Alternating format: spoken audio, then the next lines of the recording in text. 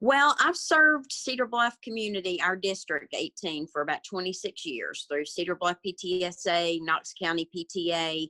I serve on the Tax Equalization Board, the Sheriff's Merit Council, and Knox County Ethics Board.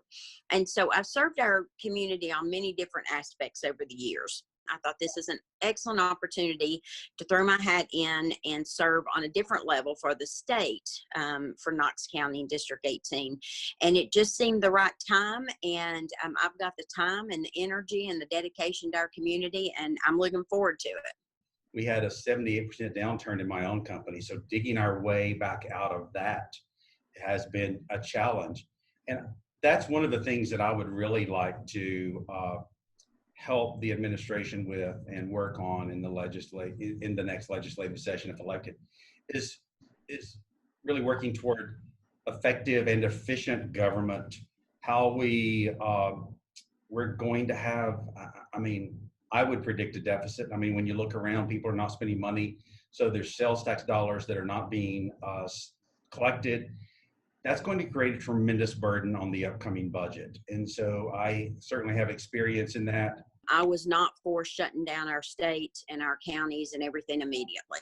I think we needed to look at it, evaluate it, figure out who needed to be protected, what we needed to do to take care of that group, and then go from there. The whole mask wearing issue, I really wish it wasn't so political and people would just, full disclosure, we're making masks, but that's not why I'm saying this.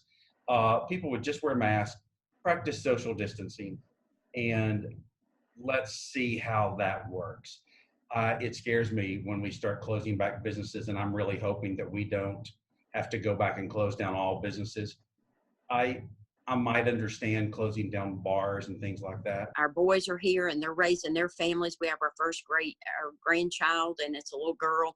She'll be in Knox County School in 4 years. So there is a vested interest for me, for our school system. Also being a realtor, I see how important our successful school education system is, our thriving economy is, because we're pulling so many people from out of state all over this country into Knoxville because they know what we've got here. We really need to work better on our vocational training in Knox County.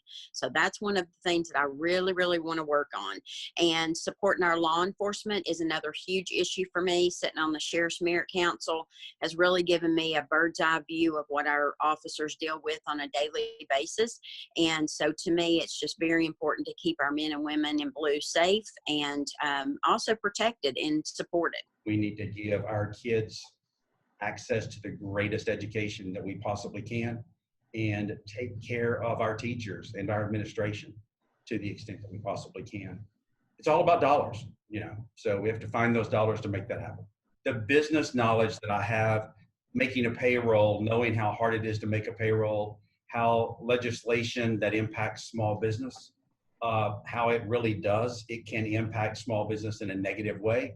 So trying to keep government small and keep it out of business as much as possible. I was a wife, I am a wife, and a mother of 3 grown sons now. But for many of those years, I was at home and raising our family and working within a family budget. And it was always not fun, but I feel like that our government needs to do the exact same thing. If we as families have to live within our means, our government has to do the same thing. I am a proponent of smaller government, but I've said this many times. If you think that we're not paying for those individuals who do not have access to insurance, you're mistaken. I mean, we are paying for those individuals one way or the other, whether it's through insurance, increased insurance premiums, or increased healthcare costs. So we are paying for those. So I'm willing to have an open mind and listen and talk about it. But as far as the expanding Obamacare, Medicaid at the level that it's at right now, that's not something that I can support.